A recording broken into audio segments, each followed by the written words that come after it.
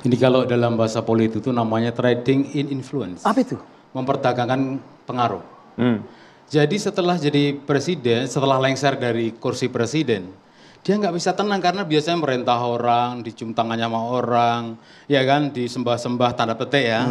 Tiba-tiba setelah lengser nggak ada yang nyembah-nyembah, nggak ada yang tunduk-tunduk kecuali dimobilisasi. Nggak ada. Ini saya nggak sepakat dengan kata-kata mobilisasi akhirnya ini. muncul yang teori tadi, muncul. Silakan dibuktikan Bang memperdagangkan. Mustafa di mana mobilisasi itu gitu loh. Apakah ada pernah lihat orang dikasih amplop silakan datang ke rumah Pak Jokowi begitu? Atau disiapkan apa kemudian baru Padahal datang masih banyak yang rutin datang ya? Masih banyak yang rutin dan hari ini wisatawan di Solo selalu mengatakan bahwa mereka ingin berkunjung ke rumah Pak Jokowi di Kutai Utara begitu loh. Sudah, Anda kan udah ngomong nggak nyaut tadi ya. Ayo silakan. Ya. Jadi kata dimobilisasi, saya tadi bilang bisa dimobilisasi, bisa, bukan pasti, bisa. Apa susahnya ngerudin orang Solo, orang Sulawesi suruh datang ke Pak Jokowi? Apa susahnya? Nah menurut Anda yang datang ke rumahnya itu mobilisasi itu bukan? Diduga mobilisasi, dugaan kerasa mobilisasi. Ada potensi ke sana? Ada potensi ke sana. Karena melihat track record Pak Jokowi. Lihat ya. Saya Apa track record beliau? ini 10 tahun loh. Dulu kalau hanya 5 tahun saja, orang mungkin cepat lupa. Begitu 10 tahun. Bekarat di kepala gitu. Berarti kalau 10 tahun, lihat ya. Kasus korupsi yang sekarang lagi viral, Pertamina, kejadiannya tahun berapa? 2018 sampai 2023. Pak Jokowi nanti itu udah dulu, bilang. nanti Pak dulu. Jokowi itu udah bilang. Waktu itu beliau tidak tahu gitu loh. Ayo dong. Waktu itu beliau tidak tahu. Jadi gini, saya teruskan dulu ya. sekarang Saya teruskan dulu. Mendukung untuk dibuka diam semua. Diam dulu. Nanti kamu akan sadar, akhirnya semua akan keluar dari PSI. Percayalah kayak Guntur Romli. Jadi, itu asumsi Anda aja yang begitu. saya mau asumsi dia. Oke, silakan. Kan Ya, saya ya. berbicara ya. Ya kan? Nah, terang aja. Nanti ada waktu panjang tuh. Ya, silakan lanjut. Pak Jokowi ini kan dulu ngebet 3 periode. Semakin dia ingin berkuasa, maka kecacatan kekuasaan dia akan semakin banyak. Maka tadi saya bilang, korupsi Pertamina yang terjadi antara 2018 sampai 2023 yang hampir 1.000 triliun, ditambah lagi timah oleh si Mois dan kawan-kawan itu yang hampir 300 triliun, kalau dijumlah 1.300 triliun itu kalau dijumlah jumlah korupsi sejak Edi Tansel ya sampai Jiwasraya sampai yang lain selain di era Jokowi itu kalah. Bang Tova, Anda pegiat medsos. Nih membawa medsos ke tema kita nih, coba kaitannya dengan kasakusuk Jokowi bentuk partai super TV. Track record. Ada kaitannya. Nanti dulu. Ini namanya track record. Karena nggak bisa bicara konteks, gini. makanya diomongin yang aneh-aneh. Enggak ada aneh, ini real ini. Seseorang ketika membentuk organisasi, kalau nggak ada orang lain, dia bebas ngomong. Saya ngantongin 11.000 di kantongan uang di luar negeri. Nggak terbukti juga. Mana uangnya? Kata Prabowo dulu, uang itu seluruh Bank Indonesia dikumpulkan, uang cuma 5.400 triliun. Berarti apa yang dikatakan Pak Jokowi zaman dulu, tahun 2019, itu uang 11.000 itu 2 kali anggaran APBN Indonesia. Coba bayangkan, sekarang bersatu Pak Jokowi dengan Pak Prabowo, apa nggak malu? Ya, nggak pernah terbukti. Track recordnya ya, korupsi menggila. Terbukti ini viral, ini fakta, ini nggak bisa dibantah ya. Pertamina sama Muis nggak bisa dibantah. Terbesar, tadi sore saya hitung. Sejak tahun 1985 sampai 2023. Kasakusuk Jokowi bentuk partai super TBK arahnya. Ini nggak memiliki kredibilitas yang bagus. Korupsinya menggila, ya kan? Kekuasaannya banyak, artinya kalau mohon maaf. membentuk partai juga nggak akan seperti juga berdasarkan pengalaman dia. Nggak, tapi apa hubungannya sama Pak Jokowi? Loh, kan dia kan ingin membuat partai itu belum tentu nama TBK itu. Nggak tahu tuh pembisnisnya siapa. Mana ada partai namanya Super TBK, partai nama partai itu konsepnya. Jadi kalau dia bentuk partai akan sama dengan dia cara memperlakukan PDIP.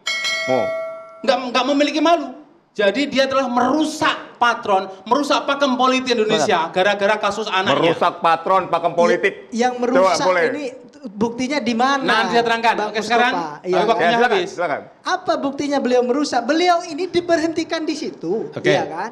Oke. Tantangin dulu. Anda berarti nggak paham. Literasinya kurang. Apa yang dirusak? Coba jadi yang disebut pakem politik Pak Jokowi ini ingin merebut PDIP dari Bu Mega? Kan tidak. Siapa yang bilang begitu? Kan kalau merusak kan begitu asumsinya. Enggak. Merusak ekosistem negara salah. misalkan. Anda itu halusinasi. Enggak bisa. Yang dirusak itu apa? Apakah Pak Siapa yang Jokowi bilang mau rusak? membubarkan Anda PDIP? halusinasi. Apakah Pak Siapa Jokowi yang mau bilang rusak? membubarkan Enggak. PDIP? Bisa terangin. Zaman beliau Kemudian, menjadi presiden. saya terangin. Saya Iya terangin, kan? diam ya. Apakah beliau mau mendongkel Bu Mega? Iya Enggak, kan? nggak ada yang bilang begitu. Itu Siapa yang halusinasi mau Anda. merusak gitu loh? Iya, saya terangin, Ini saya terangin, diksinya saya terangin. nggak Diam. bagus ini. Saya terangin. Ini sudah kebencian personal Silakan, nih, Bang Tova. merusak Saya terangin partai yang pertama. bahasanya Silakan. kan. Jadi Kemudian- dulu, ini nih, diem dulu ya. Ya udah, ayo, saya Nanti dulu, dengar. ya makanya, saya tuh nggak ganggu Anda. Dulu Sugeng Saryadi Sindikit mengeluarkan kalimat begini.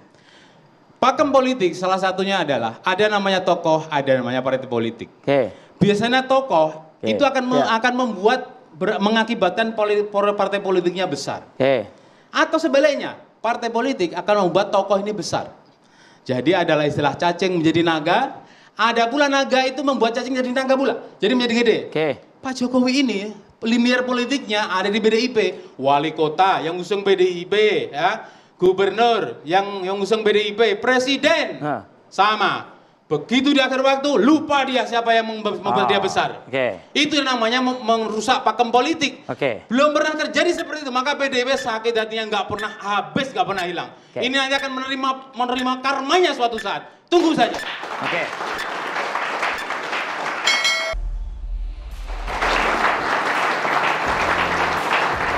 Oke, ini kan tadi menarik ya yang disampaikan Bang Nara ketika mengatakan bahwa apa yang hari ini dilakukan Pak Jokowi terhadap PDIP ini ya merupakan sesuatu yang ada sesuatu yang melawan, ada antitesa di situ. Makanya Super TBK ini dimunculkan. Setuju dengan itu?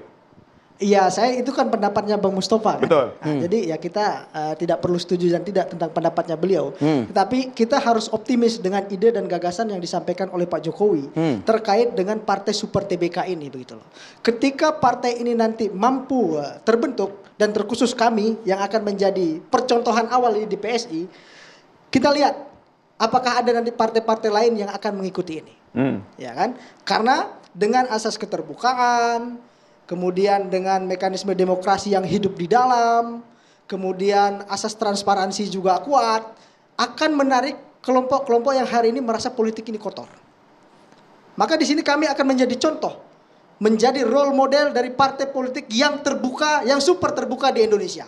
Biarlah PSI yang memulai. Kita lihat saya komentari. partai-partai politik yang lain, apakah berani melakukan cara yang dilakukan oleh PSI hari ini? Pertanyaannya di situ. Apakah mereka berani? Jika mereka berani, ayo kita kompetisi. Nggak, pembedanya Ayo apa? kompetitor. Bang, pembedanya apa PSI nanti yang baru ini bulan Mei dengan partai lainnya apa? Bedanya apa? Pemilihannya? Pemilihannya one man one vote. Iya kan? Bahkan di kami sedang mengatur ADRT-nya. Sistem digitalnya juga sedang kita siapkan. Mas. Sehingga nanti kader-kader kita yang ada di seluruh Indonesia ini bisa memilih Secara secara langsung. hybrid. Dan virtual Dan tadi virtual hybrid. secara langsung begitu. Mas, aku nanya PSI kemarin dapat berapa persen di pemilu? Ya kita dapat 2% lah Pak. Saya pikir udah ke parlemen, ngomongannya kayak udah di parlemen 10 tahun. Tadi loh, siapa nih partai lain yang akan mengikut atau meniru PSI? Terlalu pede, Mas. Mohon Nggak maaf. apa-apa. Ini kan bentuk optimisme kita, Bang. Jadi begini. Ini bentuk optimisme Saya kita. untuk berbantah. Silakan. Kan saya bilang kalau Jadi ada yang mau begini. ikut, kalau nggak mau kita silakan Jangan saja. terlalu Karena ini jauh. kan kita bertarung di pasar ini kan. Siapa Jadi, yang memberikan penawaran terbaik bagaimana kepada mungkin- masyarakat? Nah, di situ bagaimana yang akan mungkin diikuti PSI begitu loh. menjadi